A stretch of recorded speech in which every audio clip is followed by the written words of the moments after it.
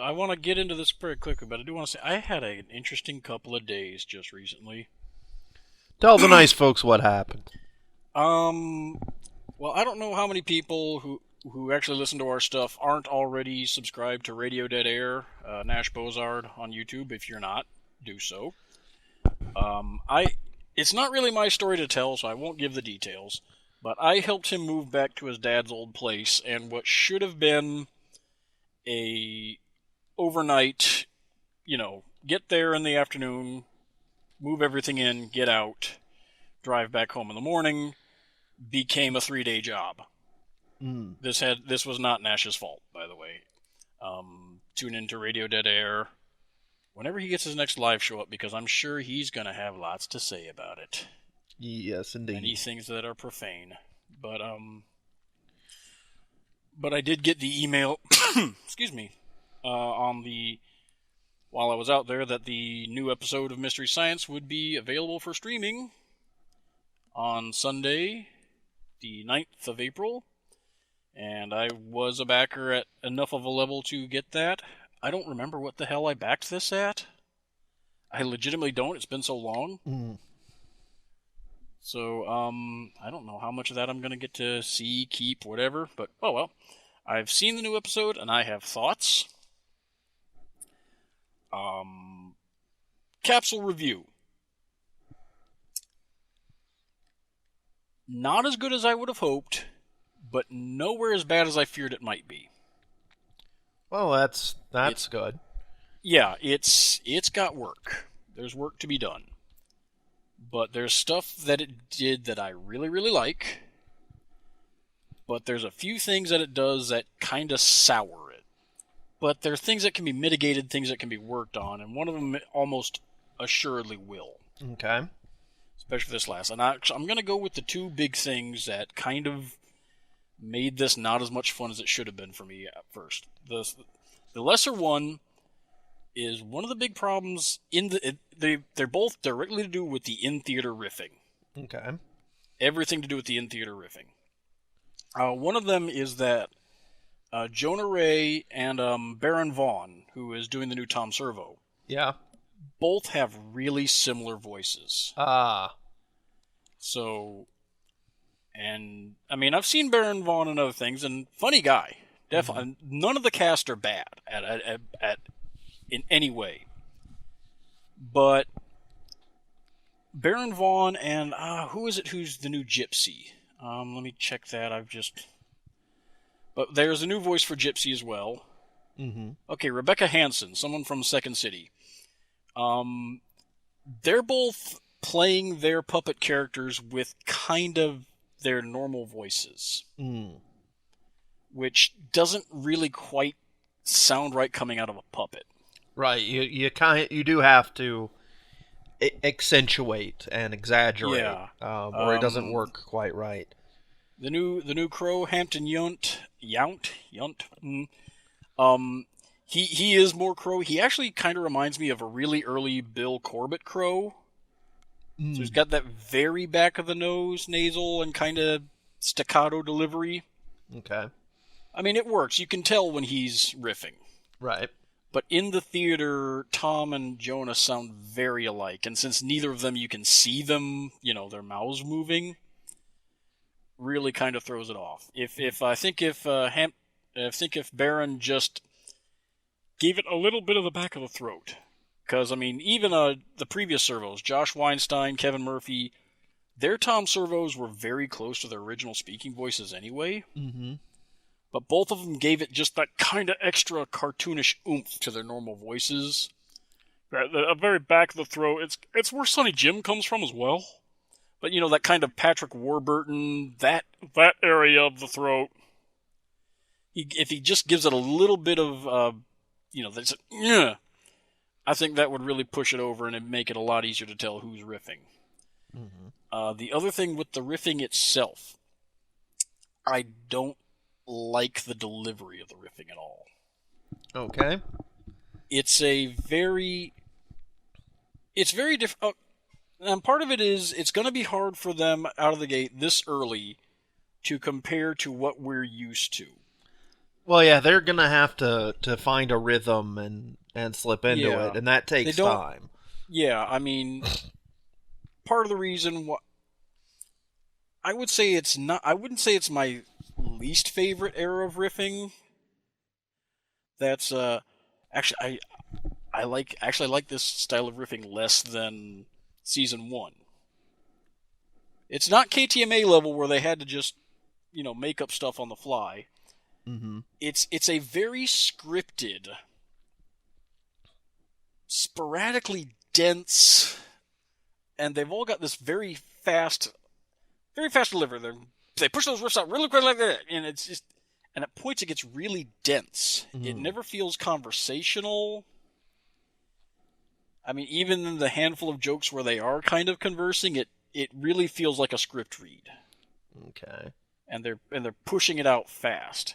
But like I said, that's part of finding their groove. Because you listen to riff tracks, those are guys who have been working together for, what, 15 years now? And that's just with Bill on the crew. Mm-hmm. When it comes to, like, Kevin and Mike, they've been there longer. Better part of 30. Yeah. So, yeah, like I said, that's a lot of finding the groove, and maybe some less dense riffing. I didn't think the riffs were as clever as they could be. There's a lot of just kind of obvious jokes and just it's kind of like mid season 3, early season 4, which really for me is the lowest point of Mystery Science. Yeah, that is one of the duller points of it. They had some good sketch stuff around that time. That was but Yeah. yeah, it wasn't as good in the theater. Yeah, the theater, it felt very scripted. It felt like, okay, there's a chain, so let's just write a chain. Just kind of not as clever. A lot more obvious reference and joke. Mm-hmm. So, but I mean, it was a good choice of movie. Reptilicus, apparently was it Danish? Yeah, a Danish attempt at making a giant kaiju monster movie. It's awful. Like, hilariously so. So, good choice of movie. Like I said, there's little things that I didn't think quite worked, but they're all kind of minor, and some of them are just kind of, well, we're stuck with them because this was stuff that should have been hammered out in the first episode. One thing that I was worried about, that I'm glad that I was more than proven wrong, the special effects and designs and everything are not severely modernized. I don't think there's really any what we would call CG. Right. They're not using that. Virtually everything is miniatures. There's a lot of superimposed video on miniatures. Mm-hmm. Like the closest thing that I would say to CG is stuff on monitors. Right. The Forrester TV monitor graphics. Okay. But that doesn't count. No, it doesn't. So everything looks sufficiently lo-fi to. It's sufficiently lo-fi. I mean, it's definitely a step above the first 10 seasons. Like, they've got a big set for the new Deep 13 is Moon 13, because King of Forrester's base is on the far side of the moon. Mm-hmm. And the Satellite of Love is apparently tethered to that. And, yeah, the new doorway sequence I really like, because it's not even a doorway sequence anymore, technically. Like, the hallway is solid. And and just each room opens up. Like, the entire wall, splits and reveals new room, and there's extra bits moving around. Mm-hmm. It's almost Transformery. Oh, neat. But it's also, a miniature set. The whole thing's got a very old Thunderbirds vibe to it, which I do really like. Well, that's an admirable place to go. Yeah. One thing I got to go back to something that kind of bugged me, but this is entirely a first episode thing, and maybe some stuff will mitigate it. But like, it opened with actually a bit of a sketch. It didn't open with the theme song. It opened with kind of an introduction as to how Jonah ended up on the satellite. Okay. And it kind of bled into the theme song. But at the beginning, they kind of spent time talking about changes from the old show that were less consequential than stuff we probably needed to know. Mm-hmm. The big one being, why are Tom and Crow and Gypsy back on a satellite of love? Right. That's kind of a big thing that they completely glossed over. I mean, they talked about the new voices and the fact that Tom Servo can fly, only in the theater, and that Gypsy is now hanging from the ceiling rather than rolling on the floor. You know, little stuff like that, and it just... We didn't really get that much time with Kinga, Forrester, and Max, which is his name.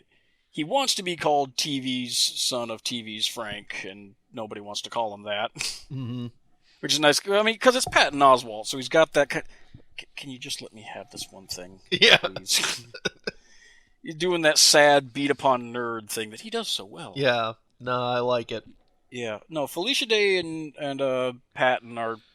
They're great. They will be great. I just wish they really had more to do. King of Forrester also has a ton of minions. And the nice thing is they're a very Aquabats, Manor Astroman kind of deal. Because they look like cheesy 60s, costume villains. They're in bad space gear with skull paint on their faces. Mm-hmm. They're pretty, and they are a band. Oh, nice. I like that. Yeah, I mean, they performed the opening theme song with King of Forrester and all that, just watch. They're just in the background. And they also perform the kind of intro-outro. There's not really a commercial sign, but since it is Netflix and there are commercials, they are performing different songs right before they cut to a commercial. Oh, okay. While Max gives us a little bit of silly information. Okay. Do we know? Do we know if when? You've seen? Go ahead. Do we know when the show is going to be hitting for non-backers? Next week. Okay. That's 6 days. Probably 5 by the time this goes up. Okay.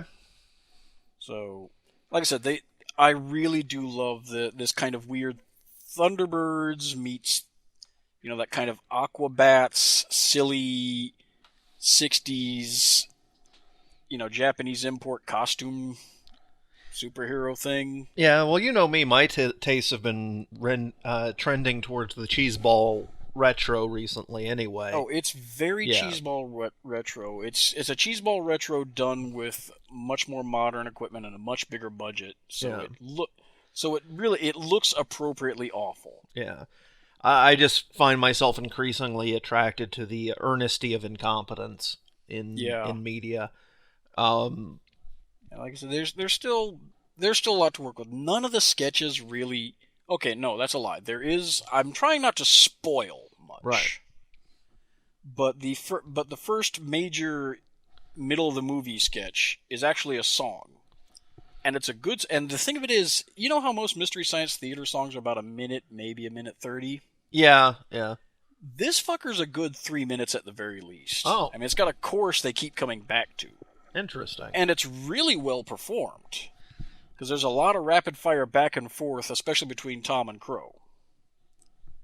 And it's really well done. But outside of that, most of the sketches are just kind of there. Yeah, well, in the original... They don't really... Like, they try a bit that they've tried before during the old show. Mm-hmm. It's something that's very familiar to Mystery Science Theater fans involving Tom Servo. But they don't quite commit to the sparkle motion that they did in the past. So it doesn't come out as funny as it could. Well, it's one of those things that anytime there was a cast shakeup in the old show, it took them a while to get things rolling again. I mean, the riffing requires a certain understanding of your partners, and you only really get that through practice. It's well, Jonah did pick the Crow and Tom himself, but I mean that's just going to come with practice, right? Yeah, it's going to come with practice. It's going to come with time as they start to figure things out. It's like improv. You have to know what your partners are. You have to kind of be in their head. Even if you are doing heavily scripted stuff, because you still have to understand how they're going to deliver those lines and at what speed. And Like I said, the most of the riffing came across very stilted to me, but again, that could very easily change. Yeah, and It's they got. I mean, like I said, I know I'm in the minority of this, but I'm generally a fan of season one's slower, more casual, conversational riffing. I It's not would. my favorite. I But, would like it if it was there more consistently, but most of season one is just boring. the Because if they first half, the back half, I think, is some really great stuff, and I would honestly recommend Women of the Prehistoric Planet. My first episode, I came in on a really good episode, Robot Holocaust. Yeah, Robot Holocaust ain't bad. Yeah. The other most of the tail end of the series, well, yeah, Women of the Prehistoric Planet, Untamed Youth. Mhm. I'd call those pretty damn good season ones. They were just starting to get rolling, and everybody was really comfortable. Right. It's just I have another disadvantage with season one is this, and this is not his fault. It's just certain voices and certain pitches really mess with me, and Earnhardt's voice is like nails on chalkboard to me. No, that's Yeah. yeah. I mean, even Weinstein is like, yeah, I was not a good actor when I was 17. Yeah. No, I completely get that. Yeah, like he kind of goes into an unpleasant kind of nasally place, and it's just difficult for me to get through. But no, that's entirely fair. so, like for Mystery Science Theater, my favorite era is actually the tail end. The last couple of seasons. I would say the first two sci-fi seasons are probably the highest point of the series. Not so much that very last one, because you could kind of tell fatigue had set in and kind of annoyance at getting shafted by another network. Yeah, but like their sketch work was really strong then. Their riffing was at kind of its peak. Everybody was very comfortable with each other. And they started to get a sort of a lot of the perfect caliber of movie. Mm-hmm. Yeah, that was... I have to admit, part of the reason why I'm not a big fan of series 3 and 4, less so 4, but more 3, is most of the Japanese imports that they brought in, I find interminable. Oh, those are rough. Unwatchable. Those are really rough. Like the Gameras, I can make it through just on the basis that I've watched Gamera and Godzilla movies without riffing. Yeah. But I just my basic, childhood kaiju love will get me through a Gamera. But most of the others, there's usually enough going on in a kaiju movie where you can kind of coast. Right. And some of them are brilliant, like the one with Jet Jaguar, the Godzilla versus. Yeah, I don't have much of a problem with that one. That one I could probably watch again, but but like very few of the Japanese ones got to be as good as Prince of Space. Well, Prince of Space by itself, I think if they'd done Prince of Space earlier, it would have been a much harder sit. Mm-hmm. But by that point, they'd really gotten into a groove. Right. Well, remember, I'll be honest, I can't watch Invasion of the Neptune Men. I don't think I could ever watch that entire episode again in my life. Yeah. That movie is just that awful. Yeah. By the time, and frankly, the riffing is not that great either. Yeah. It gets a little racist at points. Yeah. Well, yeah. That's the thing that you're going to run into where you have anything that extends over several decades. Is the early stuff is always going to be, oh, that was weirdly sexist and racist in ways I didn't realize at the time. Yeah. But it's one of those things. I'm all for the way Warner Brothers handles it with their DVDs, where they're like, look, we're not going to pretend we didn't do this. We're not going to censor it, but we're going to put a warning here and just say, look, take it in the context of the time it came in. We're sorry. Yeah. No, we don't do this shit no more. Right. But I don't think there's any... I don't think there is value in pretending that you didn't do stuff or hiding the things you did. Yeah. And I don't think that's... because, one, while a lot of the things are mistakes, they are not reasons to put on a hair shirt. They're not reasons to be, exiled from polite society. It's just things were different. We made mistakes. We're moving on. And most stuff is done and like with MST3K, it always came off. It was done out of ignorance, not malice. I mean, it's Yeah. very obvious that we're not dealing with an H.P. Lovecraft here, because H.P. Lovecraft, I mean, I love his work, but even compared to other writers from his time, he was cartoonishly racist. Yeah. Um, It's what there's episodes that are kind of uncomfortable to watch now, but it's like I'm sorry, but as much as I want to love the incredibly strange creatures who stopped living and became messed up zombies, mhm. there's a lot of uncomfortable jokes. Yeah, There. that's one. Which is another reason why I like the later seasons, is there's a lot less of that type of thing, and so it's easier to laugh through the whole thing because you're not oh yeah ooh. Yeah. And the other thing is that at that point they'd gotten good enough at it that they could make that terrible German Hamlet actually entertaining. A Which lot of people really hate that, but I don't know. I'm weird in that I actually really like the Starfighters episode. yeah. Part of that is my fascination with the movie itself. I mean, it sucks hard, and I can't imagine watching it by myself without the riffing. And I've talked about this a little. I am just deeply fascinated by the mentality and just this, and the fact that the Starfighter was a death trap of may not have been a death trap, but it had a terrible safety record. Right. Do you know It when that really movie was a came out dangerous originally? Not offhand. Because But it was. But I mean, it's clearly trying to be what Top Gun ended up being. yeah. But they yeah. had not the budget nor I mean, all their pilots just come. All And their it's trying to be so all clean scrubbed. all of our pilots play by the rules. Yeah, they're just so clean scrubbed and genitalless while trying to pretend like they're studs.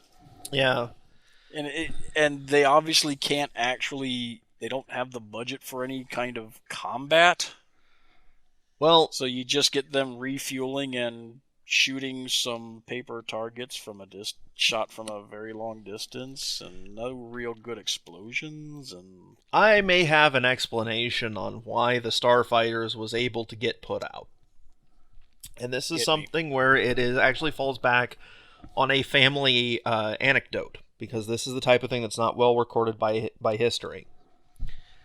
When my dad was a child, he would have been 10 when the Starfighters came out in 1964. mm-hmm. There were two reasons you went to the movies. One, to be entertained. Two, it was only place in town with air conditioning. and so people would they had to keep things in the theater that were able to keep people in there that they hadn't seen a dozen times. But they always needed things running in the theater, because the theater on any day where there were people who didn't want to be out in the heat in Oklahoma. Oh, that's why Corman made so many movies. I mean, yeah, it was something. They were just something to pass the time while you sat in a place where you weren't sweltering for once. Yeah, and they were Netflix filler. They were the Netflix filler of their day. Yeah, that's what the Asylum does. Yeah.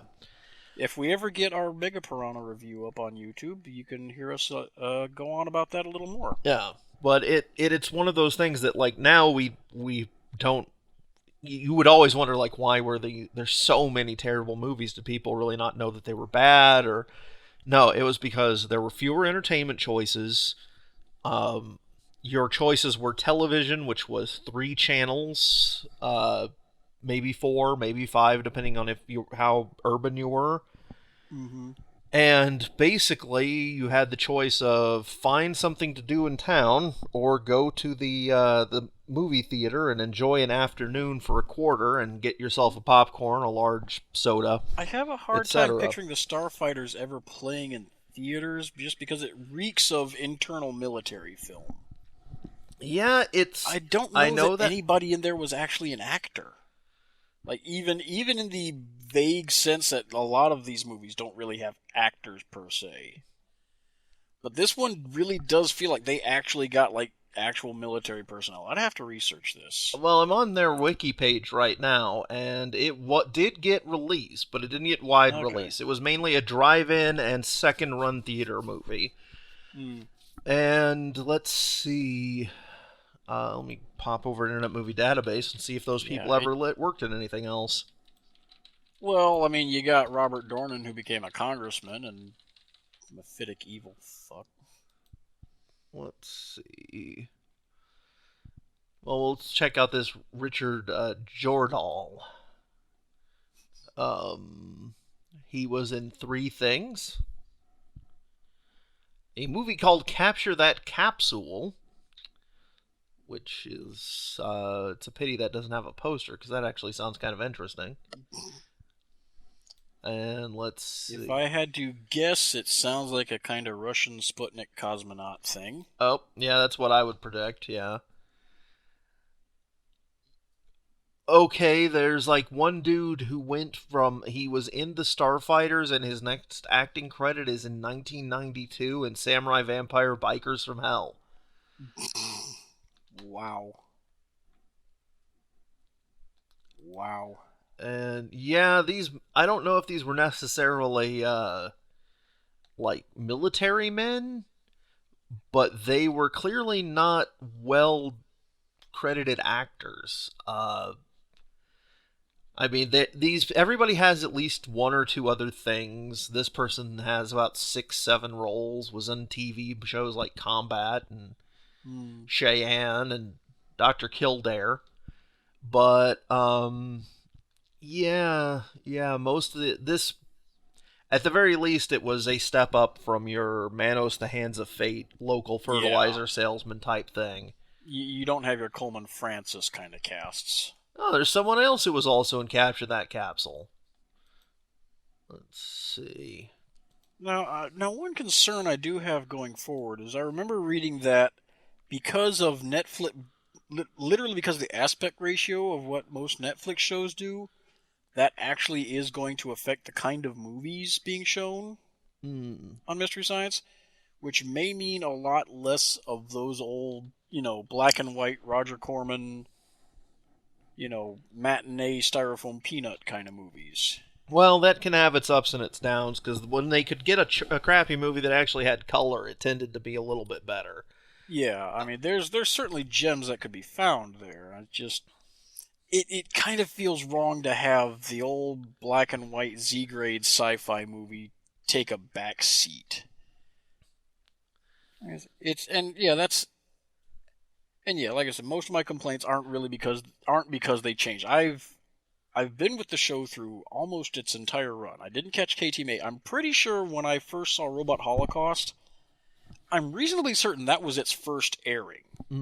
Because that's a late season episode, and I was able to catch all of the other episodes in that season more than once before season 2 started. So I've been through all the cast changes, and as a general rule, I thought, everything went smoothly. Everything was either a lateral move or an improvement. So but yeah, I still have some reservations about the show. There's still some things I'm not, like I said, we didn't get enough time with Kinga, so we don't know what her deal is other than she just said that I'm a 3rd-generation supervillain, and I'm restoring the Mystery Science Theater, although now her plot is apparently to try and sell it to Disney. And make sweet cash. And golden ratings! She's a little more mercenary than, world dominatory. Well, you gotta have a change up on each of the general mads. Yeah. Because Pearl was just vicious for viciousness' sake. Clay wanted to conquer the world. Pearl just wanted to. Well, he went from general mad science to world conquering. And she just wanted to make people hurt. And sometimes I think I lie because I'm evil. I'm filled with hate. That might have something to do with it. Yeah. Yeah.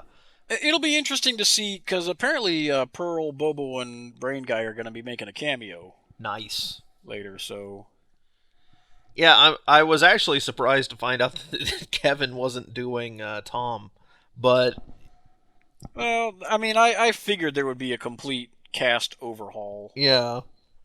I mean, Joel has said in some interviews that that was kind of what he originally envisioned. I admit I kind of question that, but I suppose I can see that, and I don't mind that.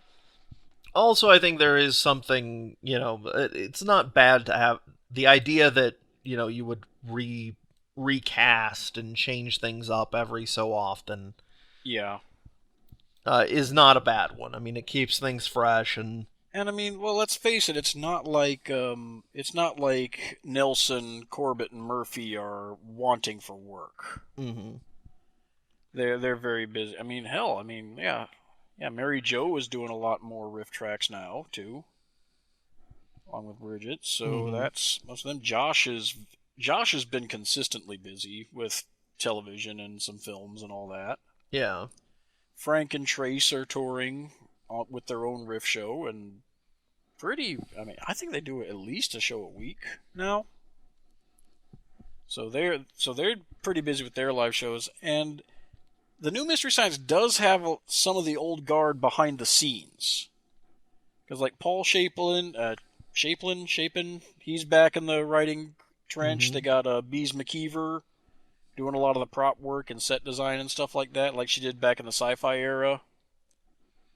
So there's a bunch of people from the old show still working behind the scenes. So it's a moosh.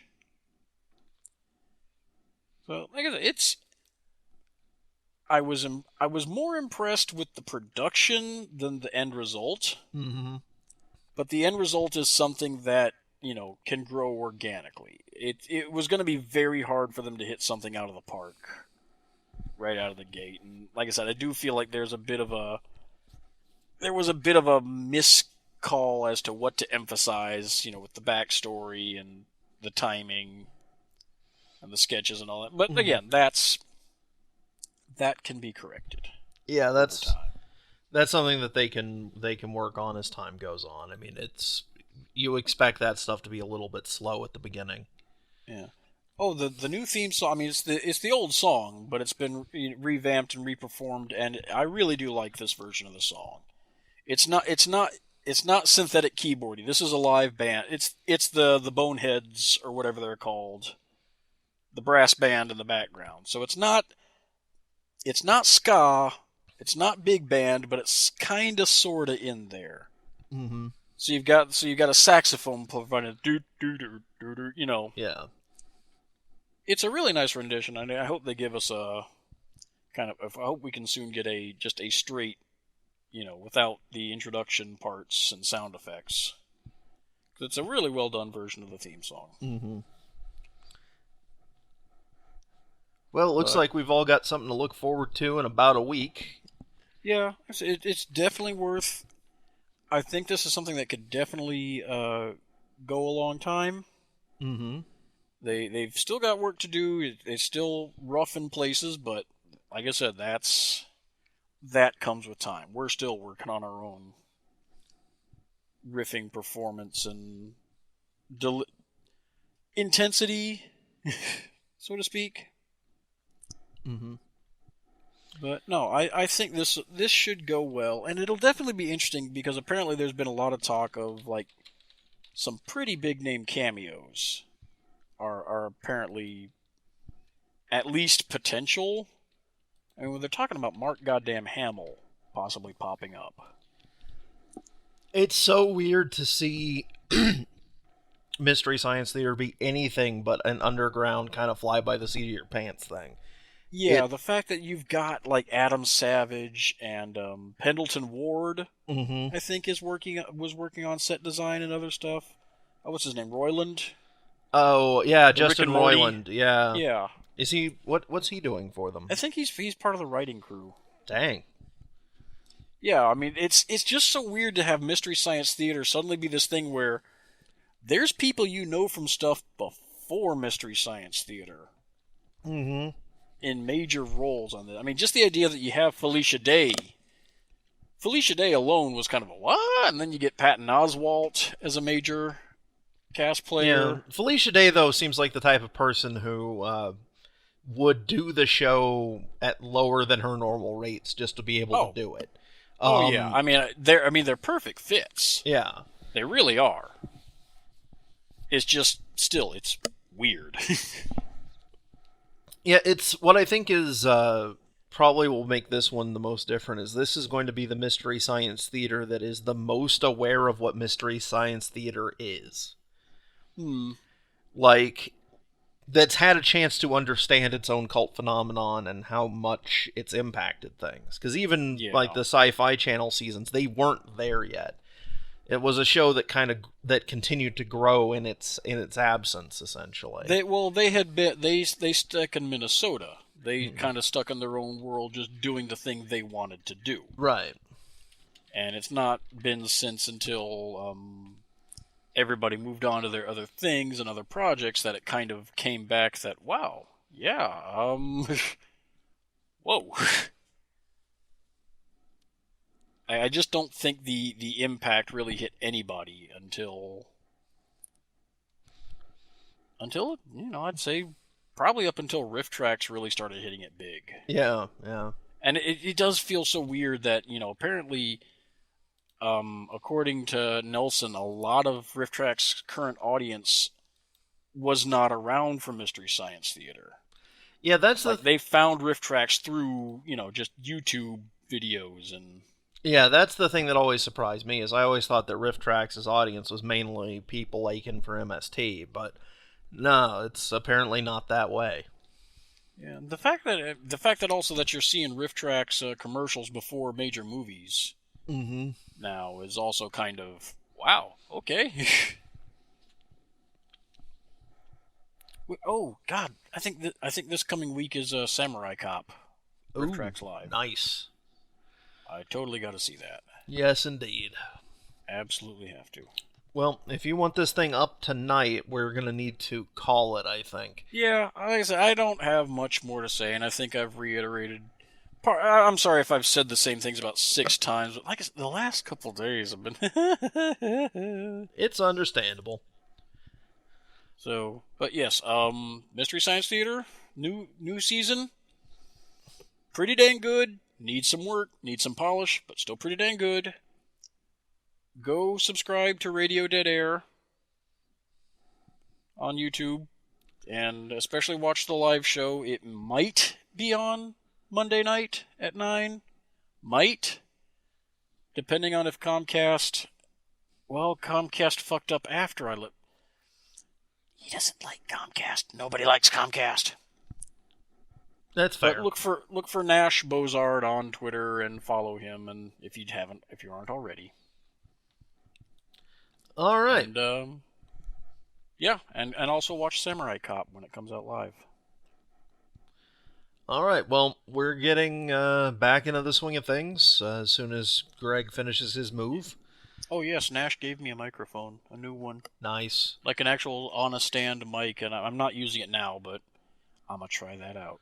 All right. Well, we'll catch up with everybody later, and enjoy. Good night. Hey, Pipples, if you liked our nonsense, why don't you give us a like, or a subscribe, or leave a comment down there somewhere? You can also do us a big solid by joining our Patreon, where you'll get to join us for live streams, get early access to the newest videos, and other such things.